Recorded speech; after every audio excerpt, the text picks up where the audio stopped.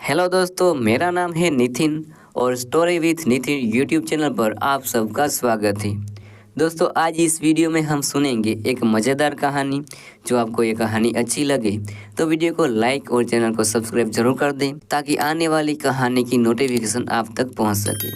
तो अब हम हमारी कहानी शुरू करते हैं। दोस्तों, सुमित अपनी सास की बात मानकर अपनी पत्नी सलोनी के साथ अपने ससुराल में रहने लगा। पर वहाँ सोनाली की तबीयत ठीक होने की जगह और ख़राब होने लगी।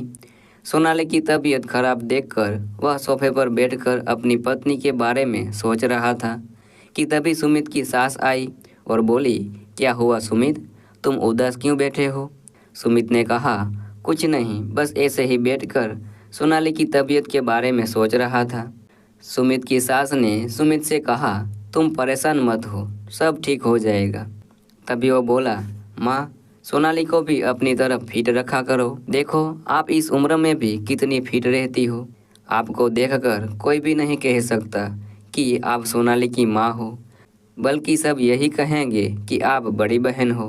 पता है, जब मैं आपको पहली बार देखा था तो मैंने भी ऐसा ही सोचा था कि आप सोनाली की बहन होगी। पर जब सोनाली ने बताया कि आप उनकी माँ हो तो मैं देखकर हैरान रह गया था कि इस उम्र में भी आप इतनी सुंदर और फिट हो। और आप अब सोनाली को देख लो, शादी के 8 महीने बाद ही वह बीमार हो गई है और चिड़चिड़ी भी रहने लगी है। मैं जब भी उसके पास जाता हूँ तो वह मेरे से सही से बात भी नहीं करती है और ना ही करीब आने देती है।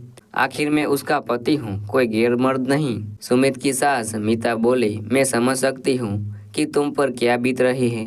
हर आदमी को अपनी पत्नी की ज़रूरत होती है।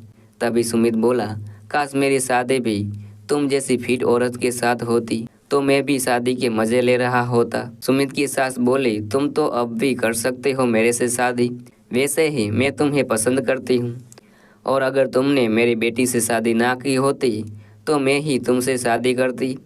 वह बात सुनकर सुमित सुन रह गया और मुंह से कुछ नहीं बोल पाया। सास बोली जा रही थी कि तुम भी तड़प रहे हो और मैं भी तड़प रही हूँ, हम दोनों की ज़रूरत एक ही है। अब क्या था, सुमित ने भी हाथ आगे बढ़ा दिया। मर्दों को तो वैसे थोड़ी ढील चाहिए होती है, बाकी काम तो वह खुद ही कर लेते हैं। उसी दिन से दामाद और सास का खेल चलने लगा था। वह दोनों चोरी छुपे से मिलने लगे, कभी साथ में बाजार जाते तो कभी साथ में गार्डन जाते। बाकी समय वो बिस्तर पर गुजारती। सुमित अपनी सास से वो सुख पा रहा था जो उसकी बीवी नहीं दे पाई थी। इसी तरह दिन गुजरने लगे। कुछ समय बाद सोनाली ने अपनी बेटी को जन्म दिया तो वह अपनी बेटी में इतनी व्यस्त हो जाती कि उसे अपने पति के आने जाने का भी कोई खबर नहीं थी। और उधर सास और दामाद का खेल जारी था। एक दिन सुमित अपनी सास के साथ बैठकर रोमांटिक बातें कर रहा था। तभी सुमित कहता है कि बहुत दिन से मैं अकेला हूँ और मेरी बीवी भी बीमार है, तो हम इस मौके का फ़ायदा उठाते हैं।